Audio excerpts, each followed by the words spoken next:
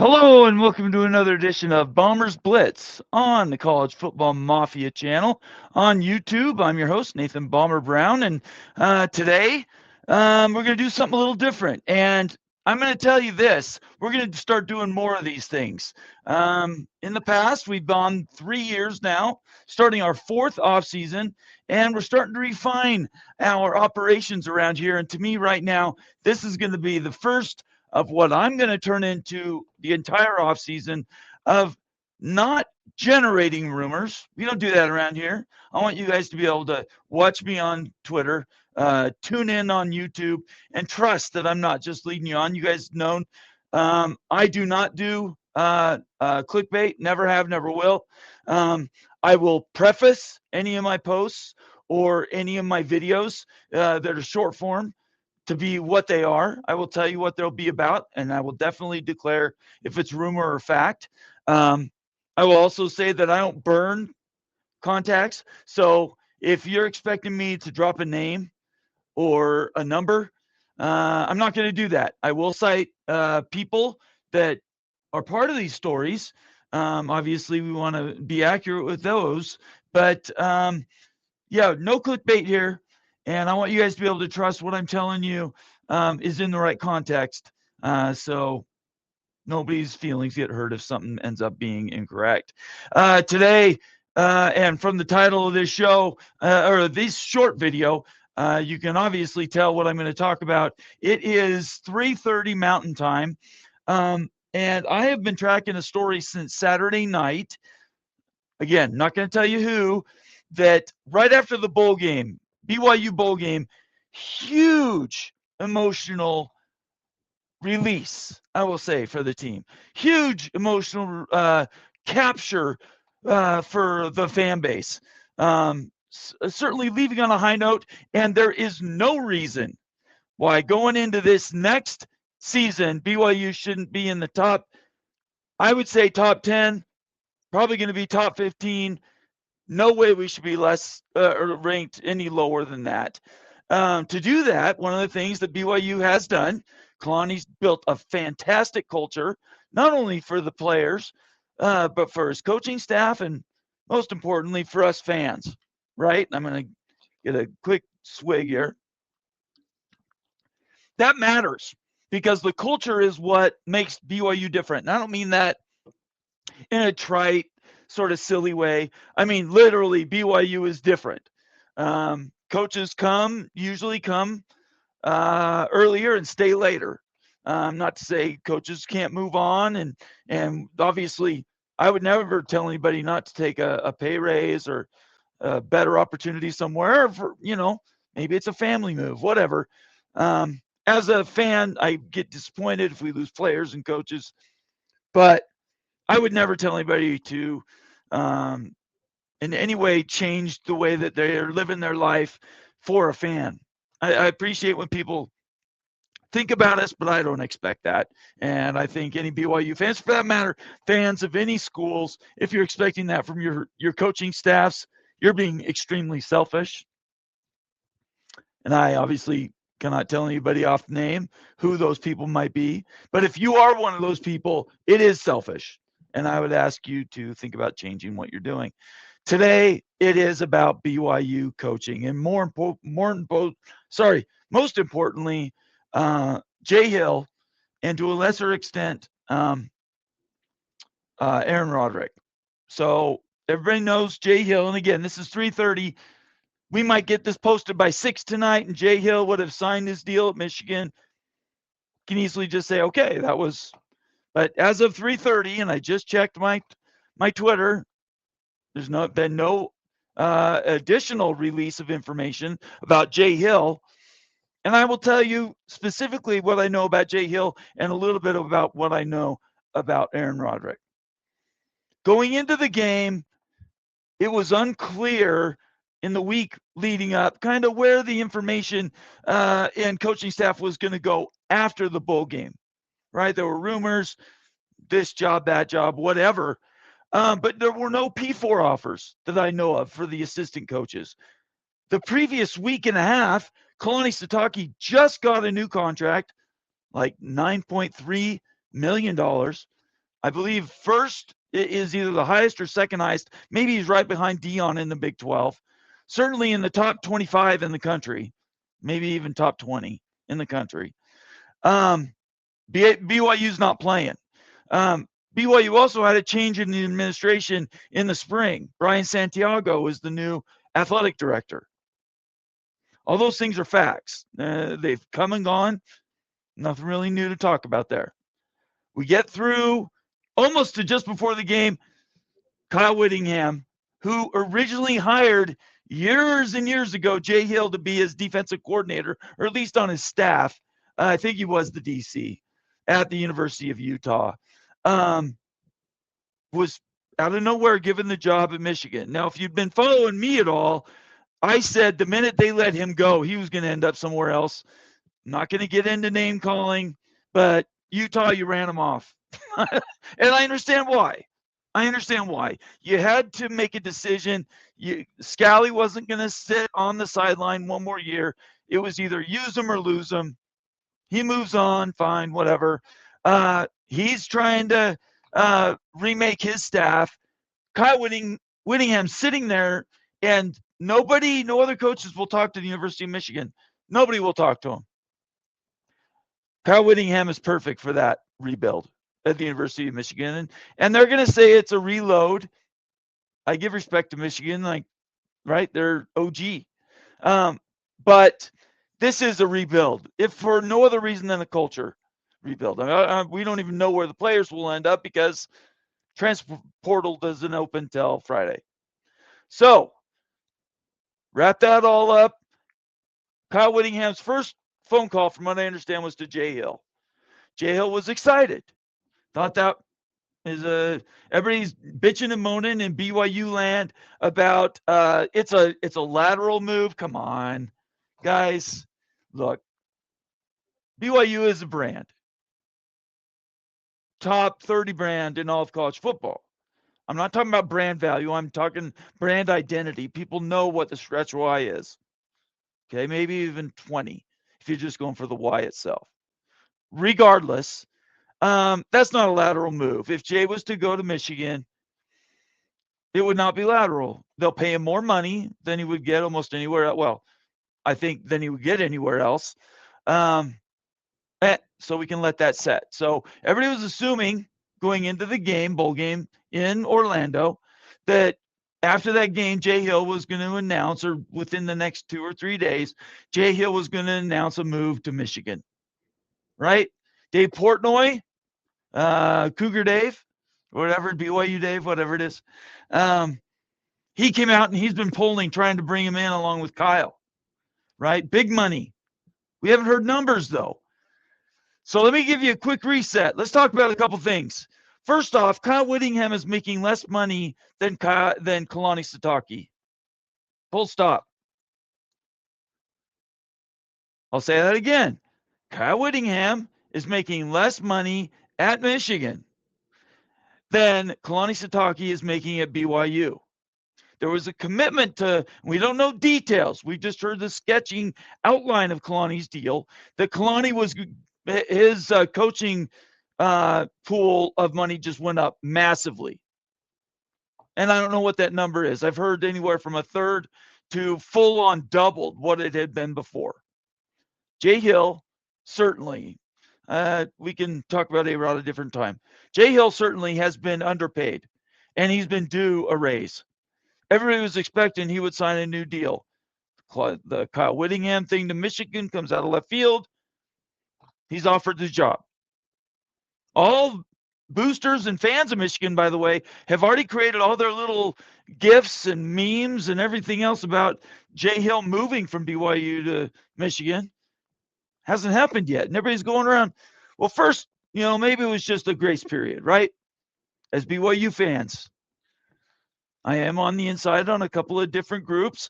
And in BYU fans, everybody kind of thought, yeah, you know what? We won't talk about the reasons why, but it was kind of been like, yeah, you know what? BYU made an effort, but really Jay was out the door. Saturday night, huge emotion coming out of that bowl game. Yeah, it was the Frito-Lay, Chick-fil-A, I don't know, Tostitos pizza bowl, whatever it is. And everybody knows that the bowls themselves are exhibitions. I don't put a lot of stock in that, no, whatever.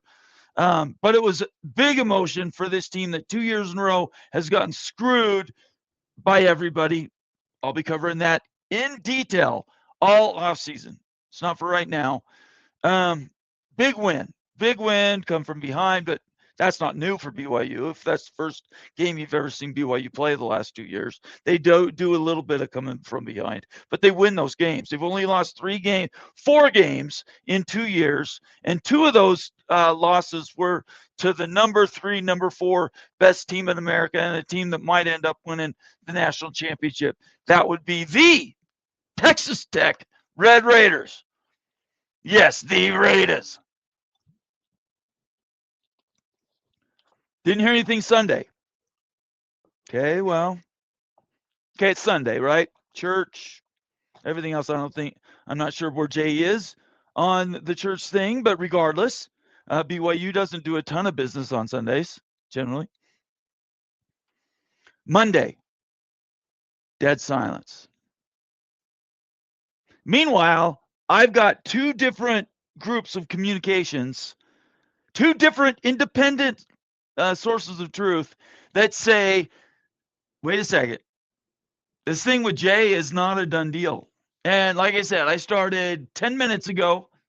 It was 3:30 Eastern on Tuesday, December 30th. And Jay still hasn't moved on. Now, again, in the last 3 minutes, he might have signed his deal. If that happens, fine, this video's out of date and whatever. I'm not breaking news here.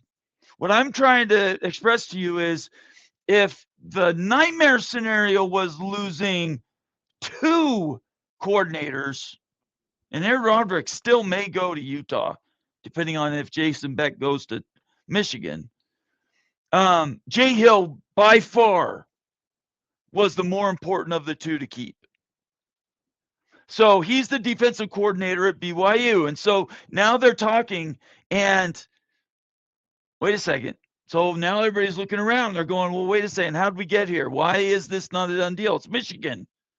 That's all we've heard for the last 5 days is, but it's Michigan. It's Michigan. Like we're all supposed to bend over for Michigan.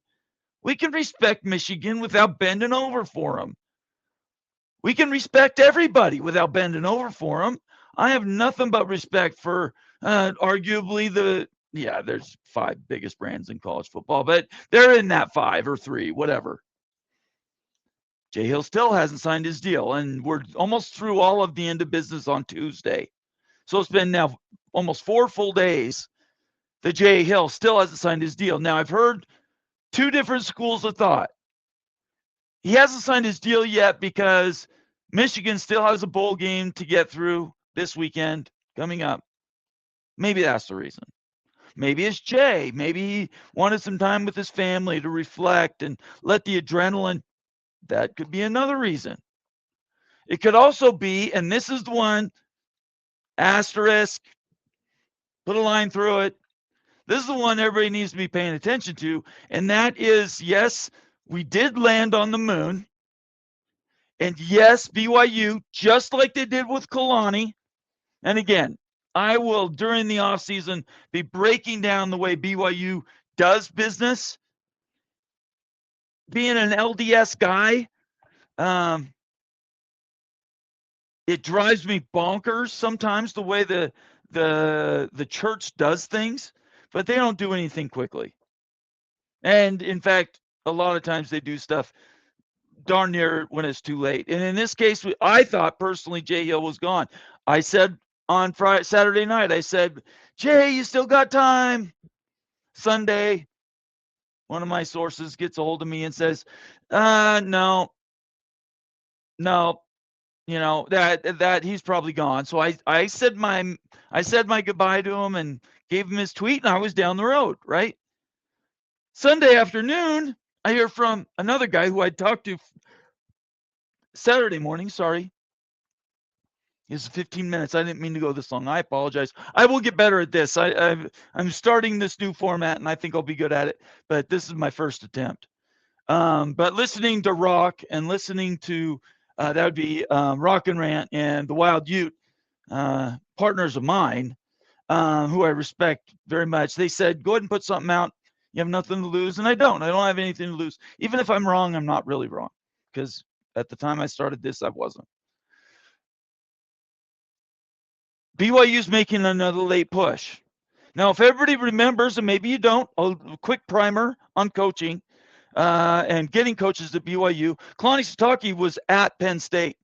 He was just waiting for the regular season to get done with, and the playoff, if they were going to have a playoff game, and he was gone to Penn State. He was out the door, everybody. And I don't know what you've heard or what you've seen from sources, but he was going to be gone to Penn State. And who could question him? It's Penn State, right? Oh, gee, Penn State. Penn State that absolutely, if it's not a declared blue blood, I'm saying it's a blue blood today. And nobody would have. We've been sad to lose Kalani, but my gosh, it's Penn State. You got to take that phone call. Well, what happened? Crumble Cookie Guy, and I should have maybe looked up his name. And I can't remember. I just call him Crumble Cookie Guy like everybody else. He made a late push and helped secure Kalani back at BYU. Late push worked. He stays. We are to where we are now. I don't know he's the guy. I got to be very open about that. I don't know. I have two different sources again. I would not be talking to you guys if I hadn't heard from two different people, different silos. But I've heard that there's somebody else has made a late push. Now, whether that's a collective push, a bunch of people are saying, hey, let's make this happen. We can help, keep him in the building, however that looks like, benefits, whatever, money. But I heard that it might be around benefits as well. Jay would like some sort of tacit acknowledgement that he's an assistant head coach. He may already be, but he might want that elevated in some way, shape, or form. I know Aaron Roderick is looking for that from the offensive side of the ball. So now we're Tuesday, and I've been chewing on this. In fact, it was just this afternoon before I decided to come and see y'all that we still didn't know if this was going to get done or not. And it still might not be done. I don't know. Might be another week before we know where Jay Hill ends up. I just want to tell BYU fans, though, what we all have collectively is PTSD. And I don't mean that in a small, ha-ha, kidding way. I'm saying we literally have PTSD, and it's because we're BYU fans. We are. This isn't about G5, G6, A4, being in a conference, being a BYU fan. It's literal pain. I'm just letting you guys know that. I'm speaking to BYU fans right now. It's painful to be a BYU fan at times. And that's where the PTSD, the post-traumatic stress, comes in. To be a BYU fan, it is PTSD. I also have medical PTSD, so I've got actually a couple times over. Neither one equates to battlefield PTSD, but I digress. Bottom line is, it's not over with Jay. There is a possibility that he stays. It would be a massive, massive reinforcement with how big the program has become. Already it's big, and the whole world took notice when we kept Kalani. Everybody took notice. A lot like Texas Tech, right? Now we're doing it again.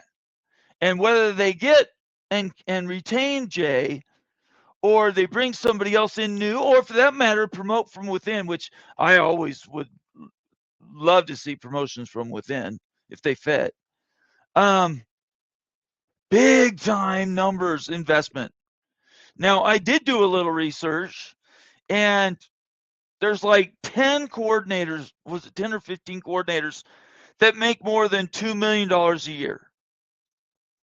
At least that was last I checked. I think I checked it last week. That may have changed by now. But coordinators don't normally make more than $2 million, certainly not more than $2.5 million. The rumored numbers coming out of Michigan were $2.5 to $3 million a year. So if Jay stays, it still might be for a little less money than that, but there would be a different reason why he would stay. It wouldn't just be money. It would be opportunity. Maybe he has a leg up with the NFL and Andy Reid. I don't know. There's all kinds of relationship stuff that BYU's big on they could use as levers to possibly entice somebody to stick around. But for me, in my house, it's all about keeping Jay in the fold and basically keep that continuity going, right? Let's go. Real quick, as I go through here, and I think I made it through the end of that. A quick primer on who he is, and again, I'm getting this real time from Wild Ute. Jay Hill was an assistant coach at the University of Utah. Then he became the head coach at Weber State, which is in Ogden, Utah, just north of where I'm at right now. And then BYU brought him in as the DC to replace a guy who, from what I've heard, is a very nice guy, just not a very good football coach. At least he wasn't at the time.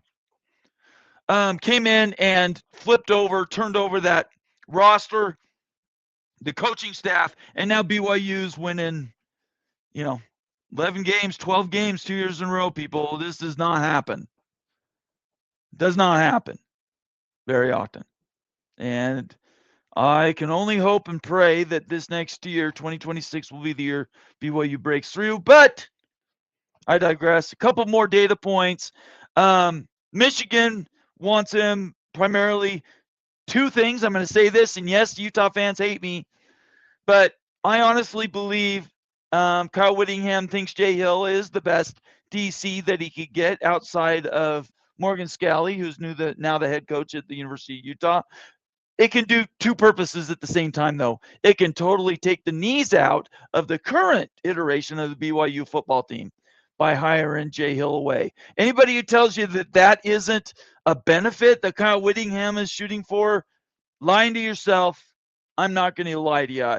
I guarantee you that's part of the reasoning. It's more about him being a great coach, but just it's like 1A and 1B is he would totally be clipping BYU.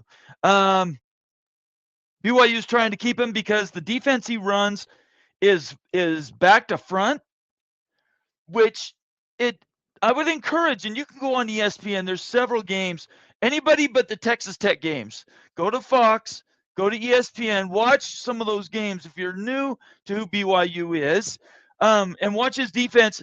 It's not a 3-3-5. It's not a 4-3. It's not a 3-4. It is something different. And that's why BYU's defense has been top 20 2 years in a row. This year was even higher than that. And it's because he builds with the defensive backs moving forward. So he works through the linebackers, two of the best this last year, Kelly and Glasker. They're going to be hard to replace, but not impossible. So that's his scheme is amazing. He's very difficult. He plays two high safety a lot. Man-on-man coverage is my favorite defense for DBs. I'm in love with everything Jay Hill does. And no matter who they would replace him with, it's going to be a loss. Let's just say that out loud, Cougar fans. The other parts of it is keeping players. Satawala, who right now is their best DB. I think he's free safety.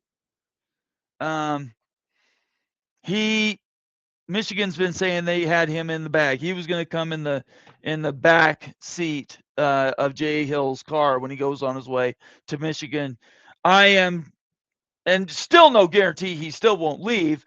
But if we keep Jay Hill, we retain good coaches, and then we retain, more importantly, the players, which are the one thing you can't replace very easily, are the players, even with the transfer portal and all of that. And let's see here. If you're new to me or you've only saw me on the Big Freaking Friday show or my Bombers Bombers Blitz shows that I've had throughout the season haven't focused directly and only on either BYU or the Big 12. This is where my bailiwick. I'm 3.5 years. I've been in this social media stuff, but I have all kinds of social media contacts. You can check me out with anybody who follows me on Twitter. Ask around on our YouTube channel. I'm not known for over-promising and under-delivering. If I don't know, I'll just tell you I don't know. And there's a lot of stuff I don't know. This is one story that I'm pretty certain is still in the air. Now, again, I've now gone 20 minutes. He could be signed, sealed, and on his way. That's cool if that happens. But you need to understand, more importantly, the context around BYU. BYU's building something to not go down ever again. That includes the next wave of TV, whatever that may look like. If you don't like BYU and you're not a Utah fan, not much I can do about that. That's on you. I can't change your mind necessarily. I will let you know, though, you might as well get used to BYU in the top 25. If you know anything about college football history, 70s, 80s, 90s, BYU was a repeat offender in the top, let's just say, there for a while it was top 5 to top 15. Then it dropped to like top 10 to top 20. But these are annual rankings, and we didn't drop out really until we went independent when that all blew up. So that's where I come from, and that's where my contacts are at. I also have national media contacts.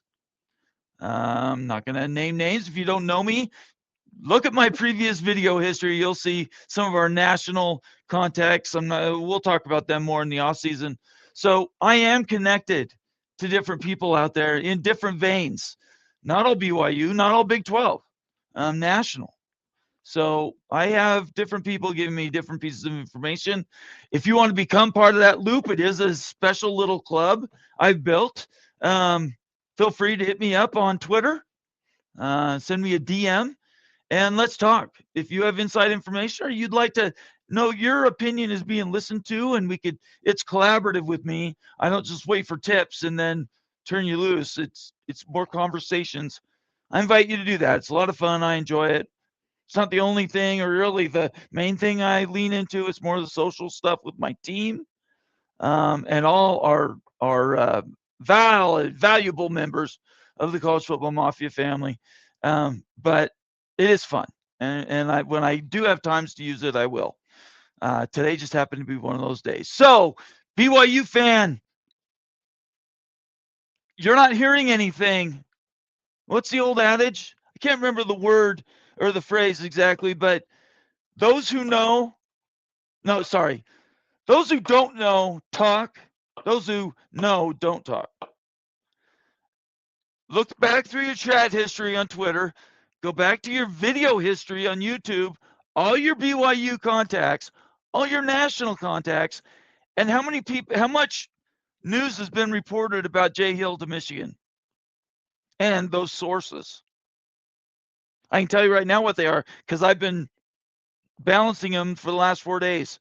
They've all been fan sites or they came from Utah fans just waiting for Jay to leave BYU bereft and fall apart, which even if he leaves, that won't happen. So, and yeah, so that's where we're at. So I appreciate everybody being here. This wasn't supposed to be a 5 or 10. This was supposed to be a 5 or 10 minute video. I've never done one of these of this type before. I will get better. I will get shorter. I will get faster. But I had to get this out before any more time went by. Moen will cut this up. Ute's going to create me a thumbnail. We'll get this out to you as soon as possible. I would ask you to pass it on to your friends and relatives, reply and retweet, and cut out parts of what I'm saying and put them out on Twitter. Those help our channel. The College Football Mafia is what we got going around here. My team, which is an amazing cast of thousands, starting with Wild Ute and the mighty Moen, going to Sergeant Pickles and Becky and Daniel Gygax and Fergie and Ruck and Rant out there at College Football Express. Fantastic people. I wouldn't be doing this without my team, and I'm very grateful for them. I want to wish all of you happy holidays and a happy new year coming up. I'm actively rooting for Texas Tech. I'm actively rooting for both Ohio State and Miami, but Miami a little bit more. Sorry, Moen, but I go way back with Miami. I love what Miami's been able to do, and I think they should be a blue blood at this point. So let's see. Is there anything else? Ripple effect as it goes to the Big 12 and Utah. If Jay Hill stays, I would venture to guess probably A-Rod stays, unless they refuse to give him a raise for some reason. If A-Rod stays, BYU's reloading, and it'll be BYU and Texas Tech. And I'm not sure. I'll give respect to everybody out there as the season loads up, but BYU will just be going from strength to strength like Texas Tech. Utah depends what coaches leave them and how that shakes out with Morgan Scalley, first-year head coach.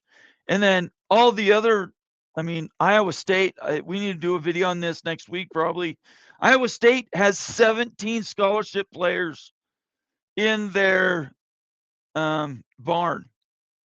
17. We're not talking about the basketball team. Like Baylor lost their entire team in the offseason in men's basketball. The entire thing. What is that, 12, 13 people? Iowa State football was down to 17 as of this morning. These schools are just getting gutted with the transfer portal and NIL. And this is where, very quickly now, we're starting to speed downhill. NIL and the transfer portal, while they even things out, give more schools access to better players, it also will begin to decimate and destroy and unfortunately start to stratify some of the schools that can keep up with massive amounts of NIL spending. And right now that number is sitting at about 30 million all in on football. So that would be what, 17, 18 million in profit sharing, revenue sharing, sorry. And the balance would be 13 million roughly coming from boosters or from advertisers, whatever that may be. 30 million really is the ground floor now to compete for the college football playoff. And it's going to be 40 million or pretty quick, which even I don't think BYU thinks is sustainable. I think BYU can sustain it about 32 to 35 eventually. Maybe not this year, in the next couple of years, 32, 35. Texas Tech might spend 55 next year. So, it's an arms race. Unfortunately, if you're an Iowa State, it's going to be very, very difficult to compete. And this is the worst time to not compete. I would tell everybody to do what Utah's doing, get a private capital deal right now, leverage your entire program, because if you go down, you have nothing to lose at that point anyway. I would recommend you go to your boosters, you go to your school and say, we need to be all in right now, and it needs to start today. Schools that don't do that in 2030, 31, 29 through 32, there's going to be a break of some sort. I'm not saying it's a super league. I'm not saying it's my beloved Supra League. But I am saying that money is going to become too big of a gap to matter or to make up if you're so far behind. So if you're a Big 12 school, you want to continue to compete at an autonomous level, go rally up your boosters, get with all your billionaire graduates or whatever, and you need to invest today. In fact, today's too late. You should have done it 2 years ago. But it's never, well, I can't say never too late. In 2 years, it will be too late, in my opinion. If Iowa State can't build a football team, Iowa State, who just won 10, 11 games last year, Iowa State, who's been on the come up, if Iowa State can't go out and build an entire team, 70 people or more, new to your team, high schoolers, transfer portal, you do 2 seasons back-to-back winning 4 games, you won't be playing autonomous power level football in 2030-31 unless it's in a slimmed down Big 12 that I hope BYU in some way, shape, or form, either the Big 12 needs to move up or BYU needs to move out. And I hope it's the Big 12. I'm a Big 12 guy. I will be until I'm not anymore. But I'm also going to turn into a bit of a headhunter, and I am going to be an Uber advocate more than I've done in the past a little bit. It'll take a different form. The Big 12 support, I'm now going to turn to, let's talk about what the new $30 million revenue, what was that? Private capital deal, right? Private equity, the private capital that the Big 12 just got. West Virginia, Iowa State, Cincinnati, UCF, you guys need to take that money and dump it into your program because it's now or never. It really is now or never. So that's all the off season. This is all context, though, so I appreciate you being here with me to go through this. Moen will cut this up and put it out. I hope he's able to get to this tonight. Again, I'm not going to ask forgiveness because I didn't ask for permission in the first place because there was nothing to ask. If this is old by the time it's published, whatever. You don't have to leave a comment. You can. I love hearing from everybody. Send me a DM. Get involved. Follow me on Twitter. Follow and subscribe on YouTube. Turn on your notifications. Give me a thumbs up to this video. Let me know how I did. In the comment section, let me know how I did. I really, really, really want to do more of these, but I need to know kind of what you guys want to see. My first one, I probably did it wrong. I will get better, just like we've done everything else around here. I appreciate all of you, all you mafioso out there. I want you to, I hope you've had a good Christmas. I want you to have a happy new year.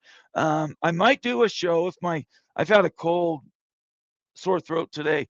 I'm going to try to do a watch party for Texas Tech if I can work it in. Follow me on Twitter, and I will announce that tomorrow whether I'm able to do that or not. But I might. Oh, wait. Texas Tech isn't tomorrow. Texas Tech is Monday. No, sorry, Saturday. No, Nathan, it's Tuesday. Holidays get me screwed up. It is Thursday. Thank you. Texas Tech is Thursday. I might do a watch party if I'm feeling up to it.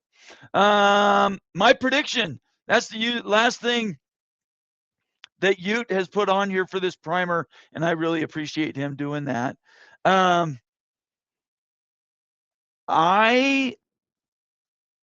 know I'm going to get burned for this because the minute this gets produced, I know it's going to be announced. I think there's something to it. I don't think Jay would have held off just for the heck of holding off.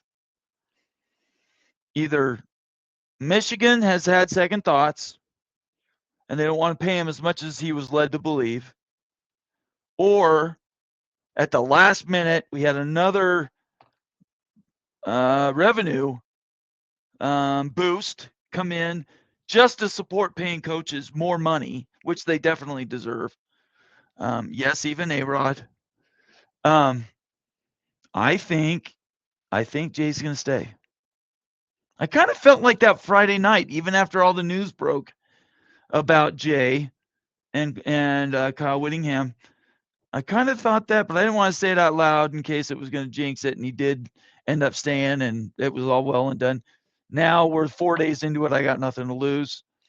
I think Jay Hill stays. That's my prayer tonight. It's going to be my prayer. I'm saying that facetiously. I don't pray for tried things like that. But certainly, I would love to have Jay Hill stick around. And I think if he does, BYU's team's going to be even better next year. Texas Tech, just telling you.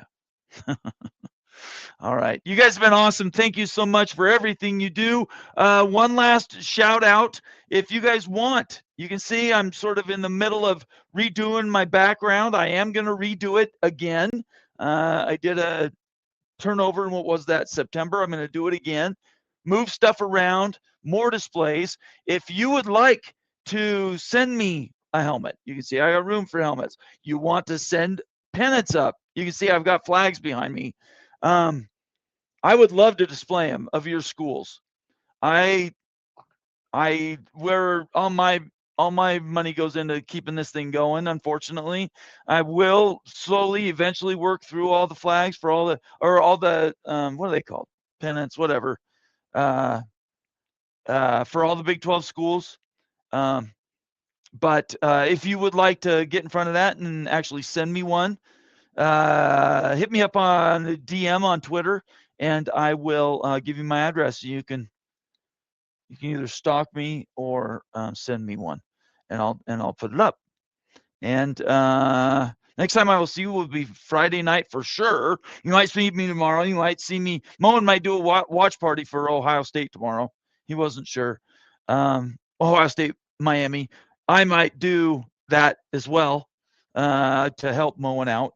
And then Thursday, I'm really seriously thinking about doing a Texas Tech one. And then Friday, big freaking Friday show right here on the College Football Mafia Network. I'm your host, Nathan Bomber Brown. And for me and for my cast of thousands that have helped me here tonight, I want to thank everybody, to all our OG members. Well done. And let's go to 2026. And I didn't leave it out, but go Hawks. Where's my Seahawks at? That's going up here next. Before Saturday night, that's going to go away, and my Seahawks flag's going to be up. And we're going to be, for the rest of the season, it's going to be Seattle to the Super Bowl. I'm sorry, not sorry. So I appreciate you guys. And if you do have information you would like to share, but keep it on the DL, certainly that's something else you can hit me up for. For those that I do have sources, I don't do it on X because X can be stolen. I've actually done that via texting. So if you feel more comfortable not being on X, I also have been giving people my phone number and we text and call back and forth. So thank you so much. Appreciate it. Everybody have a great and happy Tuesday night. And we will see you sooner than later. All right. Everybody stay out of trouble. I appreciate you. Go Cougs. Go Jay Hill. I guess go A-Rod. Peace out. We'll see you.